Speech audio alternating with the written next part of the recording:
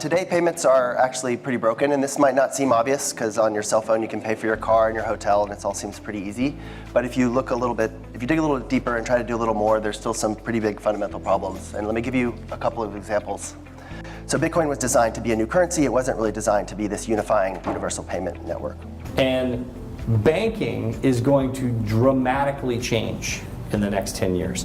Bitcoin has become a household name in less than a decade. Bitcoin gave us the information or the inspiration, but what is coming, I think, is a new an exciting set of additional technologies that will take us, to the next stage, that will take us further and farther. I use this example, Bitcoin's kind of the Atlas rocket that got us into orbit, but it's not going to be the thing that takes us further on to Mars and that further stage of exploration. The idea behind Stellar is we're trying to build an internet level protocol for payments to connect all these different financial institutions and payment networks together.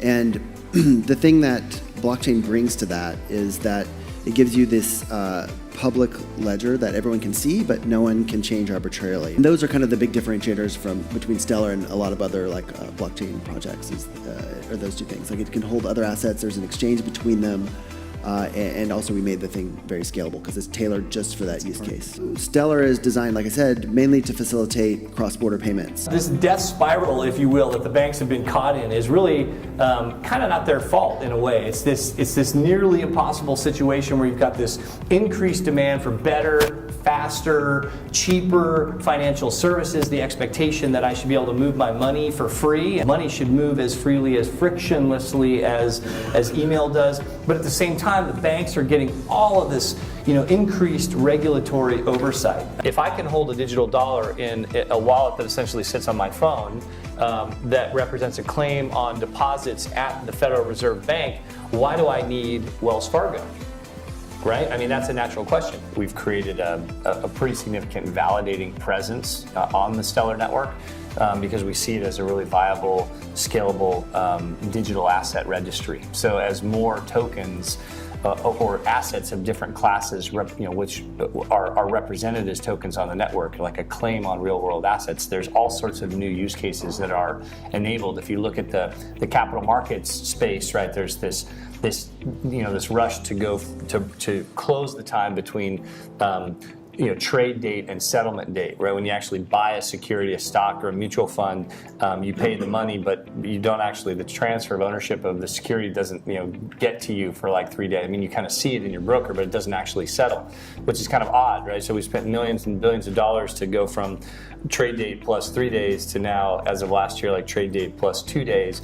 But if the cash, the cash equivalent is a tokenized asset, and the securities, like with ICOs, or essentially a lot of them are just securities, exist as a digital asset, the transfer of value and the transfer of ownership just happen, right, through the distributed exchange. It just happened in real time, naturally. So if you think about, then the network can actually become this whole space where new primary and secondary markets are created, and again, highly efficient markets, because these different asset classes can exist on the same network and they can be actually held in the same wallet, so to speak, which is actually profound. Today, there's all these different payment networks, ACH here, SEPA in Europe, mobile money things in Africa, and they don't interoperate, right? So this leads to all kinds of friction and delays. Gold that's still in the ground that they haven't pulled up yet.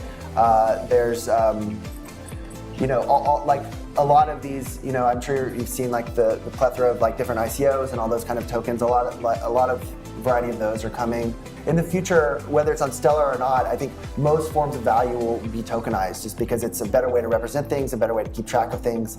It's more exchangeable for other stuff. So I think almost all value will be tokenized in one form or another. Permissionless networks are the infrastructure layer that allows entities to build on top of them and to innovate and to create awesome ideas and to create products that are going to solve these problems that folks have all over the world, and they're going to solve financial inclusion, because you can do it on your phone. You can make it so that people don't have to have bank accounts, and you can do it in 3 to 5 seconds. The comparison with the internet is that infrastructure layer, that technology layer. the notion that the AML and all of the different regulations need to apply here is absolutely agreed upon. And those financial institutions that touch fiat on the edges are the ones that are regulated by all of the different geographies. So we cannot forget that that is the important piece of this. That is what creates the interoperability. That is what makes it so that this all works seamlessly. That is what makes it so that I could send Renee a payment to Germany and to do that in 3 to 5 seconds and to still use the existing financial infrastructure, but to use these new rails which make it faster, seamless, and usable for the developers and the end users. No, I think it's great. From the standpoint of part of what I think Stellar does and does really well is the decentralized nature of it. It's allowing people to build on it all over the world, many of whom don't even talk to us first. So the value of this network is that it's actually really established and grown. And there's lots of folks who are out there doing some pretty cool things that we can't even tell you about.